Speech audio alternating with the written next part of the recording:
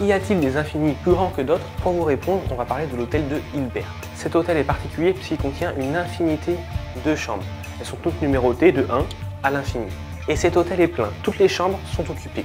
Cependant, un nouveau client se présente et arrive à l'hôtel. Et il aimerait forcément une chambre pour dormir. Alors, si toutes les chambres sont pleines, la question est, est-ce qu'on peut donner une place au client? Si vous voulez mettre le client dans une chambre à la fin, vous ne pouvez pas puisqu'elles sont toutes pleines. Vous ne pouvez pas trouver une chambre où il n'y a pas déjà quelqu'un. Cependant, ce que vous pouvez faire, c'est de dire au client de la première chambre de se déplacer dans celui de la deuxième chambre. Dire au client de la deuxième chambre de se déplacer dans la troisième chambre, etc., etc. Dans ce cas-là, tous les clients déjà existants seront relogés, puisque le client de la 1 sera dans la 2, celui de la 2 dans la 3, etc.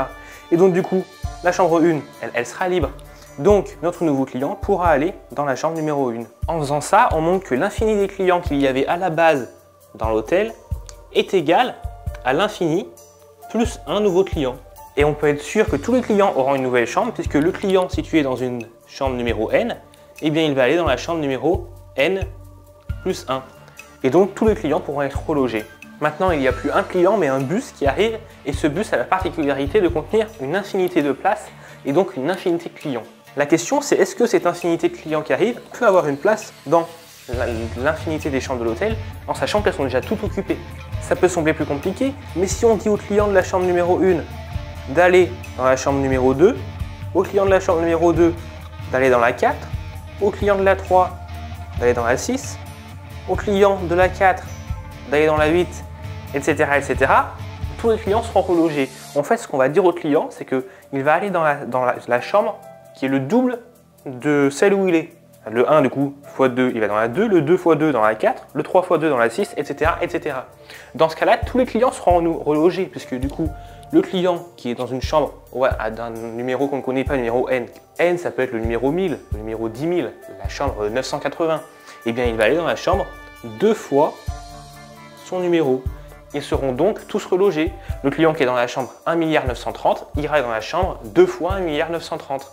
Et celui de la chambre 2 fois 1 930 ira dans la chambre 2 fois le résultat. Et du coup, en faisant ça, tous les nombres pairs seront occupés, mais tous les nombres impairs seront libres. Comme il y a une infinité de nombres impairs, tous les clients du nouveau bus pourront trouver une chambre. Donc cette fois-ci, on peut dire que l'infinité des clients qui est là initialement, c'est égal du coup à cette infinité de clients qui est toujours dans l'hôtel, plus une infinité des clients qui sont arrivés. Donc infini égale infini plus infini. Maintenant, autre cas de figure, cette fois-ci l'hôtel est vide, il ne contient personne. Et on a toujours des bus qui arrivent, mais cette fois-ci non pas un bus, mais une infinité de bus. On a donc une infinité de bus, et cette infinité de bus contient chacun une infinité de personnes.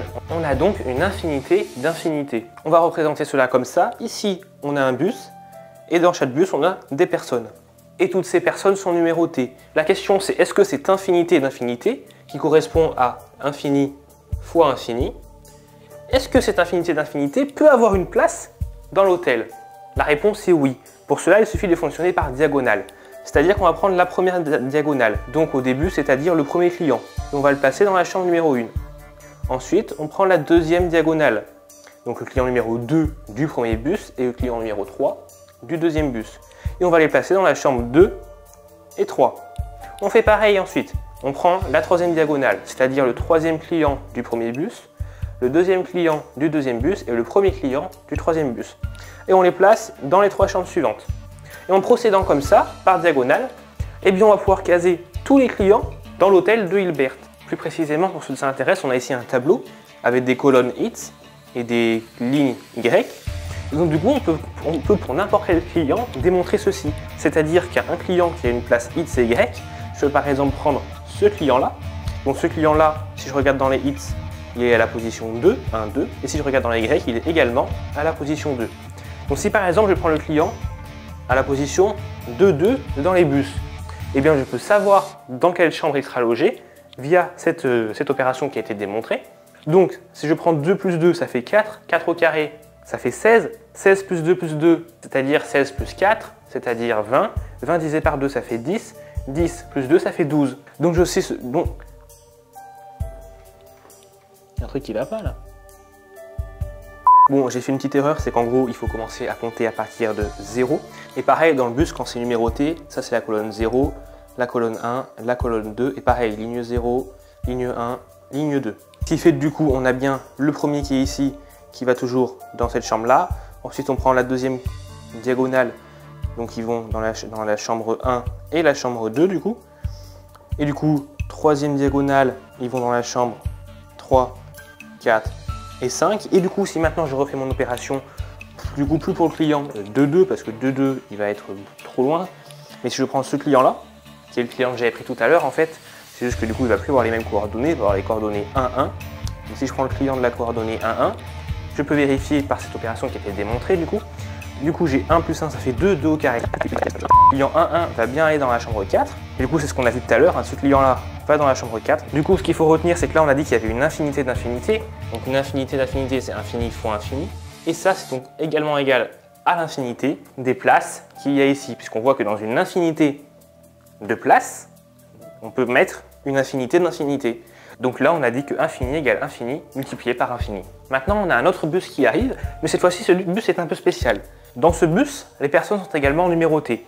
Elles sont numérotées de 0 à 1. Mais elles ne sont plus numérotées à être des nombres entiers, 1, 2, 3, 4, 5, 6, 7, mais avec l'ensemble des nombres réels, c'est-à-dire avec tous les nombres en fait. C'est-à-dire qu'on va y retrouver 0, mais on va aussi retrouver 0,5, 0,723, etc., etc. On va aussi retrouver des nombres comme pi sur 4 par exemple. Et donc du coup la question c'est est-ce qu'on peut loger tous ces patients? Quoi, j'ai pas dit patients.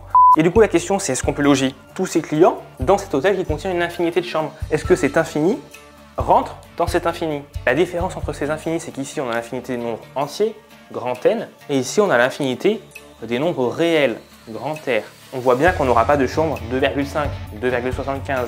Toutes les chambres sont des nombres entiers, alors que là on a des nombres réels. Et bien là, il a été prouvé que l'on ne peut pas faire rentrer cet infini dans cet infini-là.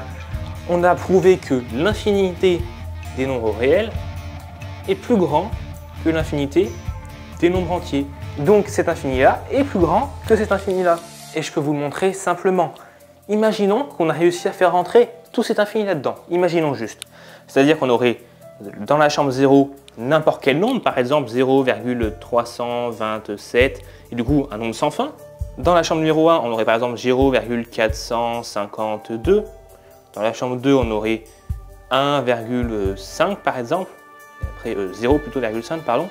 Oui, parce que là du coup j'ai dit que c'était l'ensemble des nombres réels, mais plus précisément, c'est l'ensemble des nombres réels compris entre 0 et 1. C'est même pas tous les nombres réels. Et bien en fait, lorsqu'on a dressé cette liste, on peut toujours trouver un nouveau nombre ici qui n'est pas dans la liste. Pour vous le montrer, c'est très simple. Je vais prendre la première décimale du premier nombre. Donc là, je suis en train de créer mon nouveau nombre. Donc là, c'est 3, donc 0,3. Là, c'est 5. Là, c'est 0. Et après, je continue sur chaque ligne. Je fais plus 1 à chaque décimale. Donc c'est-à-dire le 3 plus 1, ça devient 4.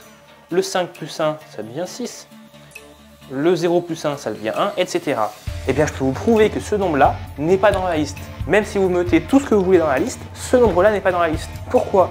Eh bien, ça ne peut pas être le premier nombre, puisque sa première décimale, elle est différente, vu qu'on l'a augmenté de 1. Ça ne peut pas être le deuxième nombre. Sa deuxième décimale est différente, puisqu'on l'a augmenté de 1. Ça ne peut pas être le troisième nombre, puisque sa troisième décimale est différente. Ça ne peut pas être le troisième nombre, puisque le quatrième nombre, du coup, puisque sa quatrième décimale est différente. Et si vous prenez le centième nombre, ça ne pourra pas être le centième nombre, puisque vous aurez augmenté sa centième décimale de 1. Conclusion, ce nouveau nombre que vous avez trouvé, ici, n'est pas déjà dans cette liste de nombres. Donc l'infini des nombres réels entre 0 et 1 est plus grand que l'infini des nombres entiers. On trouvera toujours un nouveau client qui a un nombre et un client qui n'est pas déjà logé dans l'hôtel. J'espère que cette vidéo vous aura intéressé. Et si vous voulez en savoir plus sur l'infini, j'ai fait une autre vidéo où je montre combien font l'infini, et vous verrez que la réponse peut vous surprendre. Donc n'hésitez pas à regarder ma vidéo sur l'infini, mon infini, et je vous mets de toute manière le lien en description. Et on pourra également faire d'autres vidéos sur l'infini, présenter par exemple les différents infinis qui existent. Donc si ça vous intéresse, dites-le moi en commentaire. Et si je vois des commentaires, je ferai une nouvelle vidéo. C'était Hoy, à bientôt.